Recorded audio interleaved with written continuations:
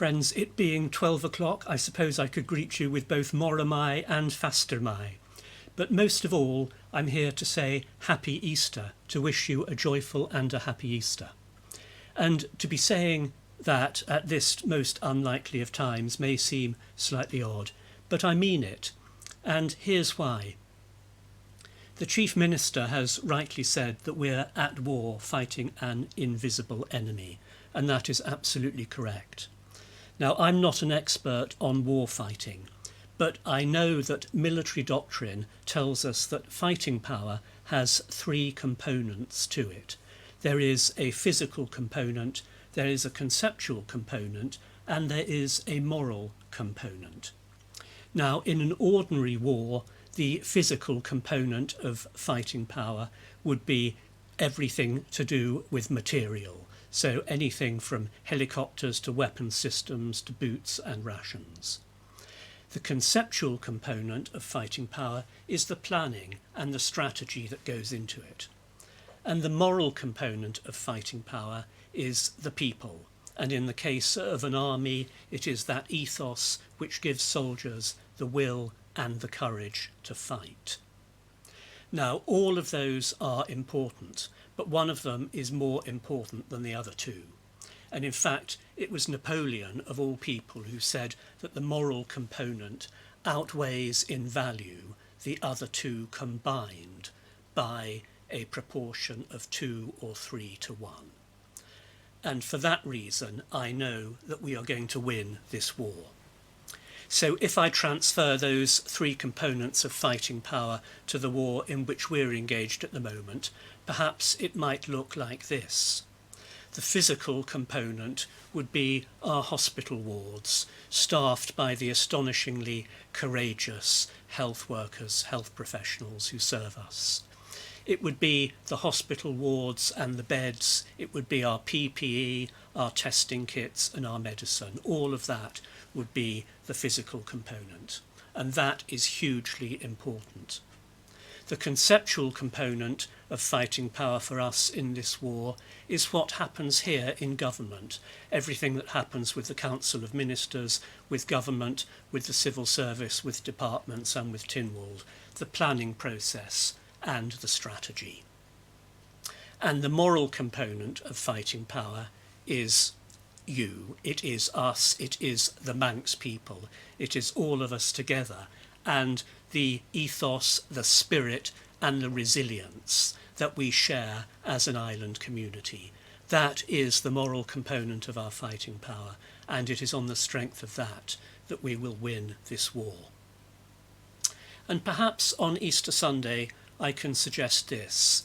I would say that that spirit, that ethos, that resilience has been shaped and formed by our spiritual tradition, which over centuries has taught us about what it means to live in a society that is open and generous, a society where we care for each other and look after one another, a society where everyone is invited to contribute and where no one is undermined. And that is a very precious legacy, and it is one that will serve us well in the coming days and weeks. And perhaps I might say also on Easter Sunday that the central truth of our spiritual tradition is the great story of Easter and the resurrection from death of Christ. And that teaches us that there will be a cost to these things, and we know that, but it teaches us that nothing that is of value is achieved without a struggle. Nothing that is of value comes without cost. But as we make our way through that struggle, so we achieve something wonderful. We achieve victory over that invisible enemy. And I'm reminded perhaps of the words of Psalm 67 that we say together at the beginning of each sitting of Tynwald Court. God will bless us. God, our own God, will bless us.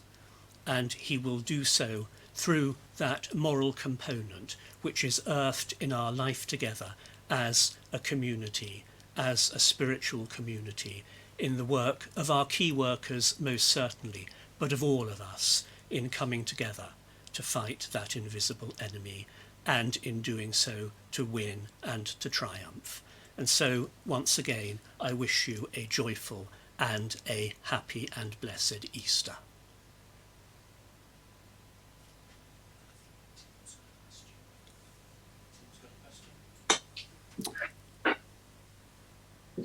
I have Manx Radio, I think, coming in with a question. Happy Easter, first of all, Lord Bishop. And may I begin, obviously, with condolences to the family and friends of Richie Lloyd. As you mentioned, there will be costs, and their family must be in terrible pain at the moment. Do you have any words of comfort that you could offer to them?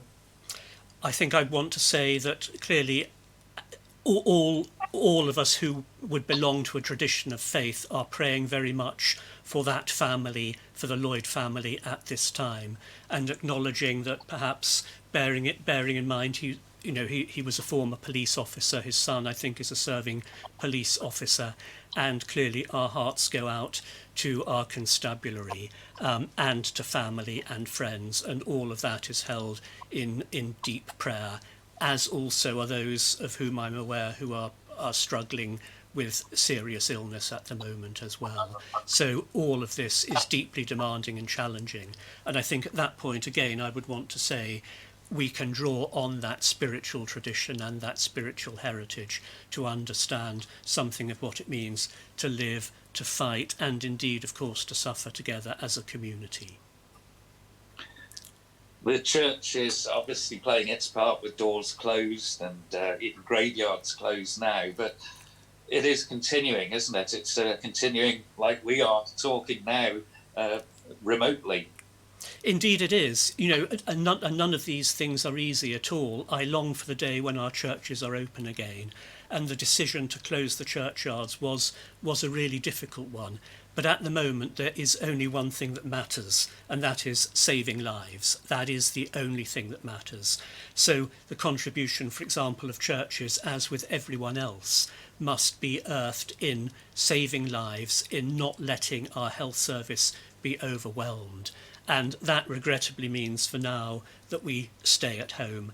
And I long for the day when we can go to church again, when we can go into our churchyards, when we can visit graves. All of those things will come. But for now, they can wait, because all that matters at the moment is saving lives. And that is staying at home and protecting our health service. And finally, if I may, there was quite a bit of debate and comment yesterday across where some churches were wanting to open and to have a service on Easter Sunday. Have all the churches remained closed here? There's been no such debate here as well?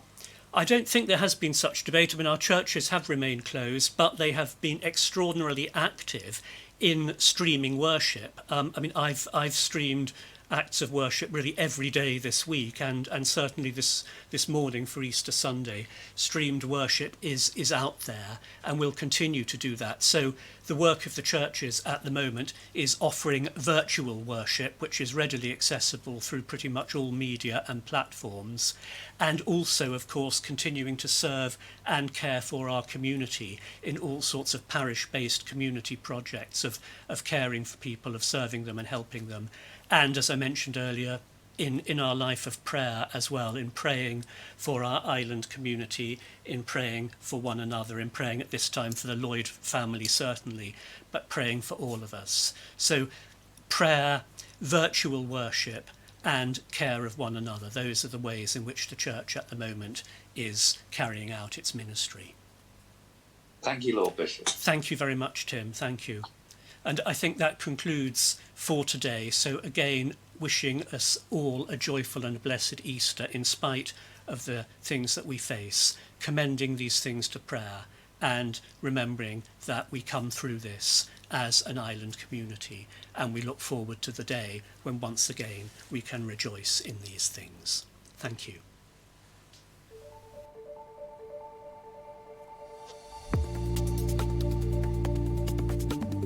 We're working hard behind the scenes to provide community services for our island. From supplying everyday essentials to maintaining access to important services. We are teaching the children of the key workers and delivering childcare. We're keeping the Isle of Man's essential services going. We've all got a part to play in keeping the island running. So you can play your part. Stay at home and keep our community safe. People's lives don't stop. And neither do we. Which is why we're providing our community. with what it needs when it needs it. For you, for our community and our island. For you, for our community, for all our island. Hospice care for you, for our community and for our island. For you, for our community and for our island. For you, for our community, for our island.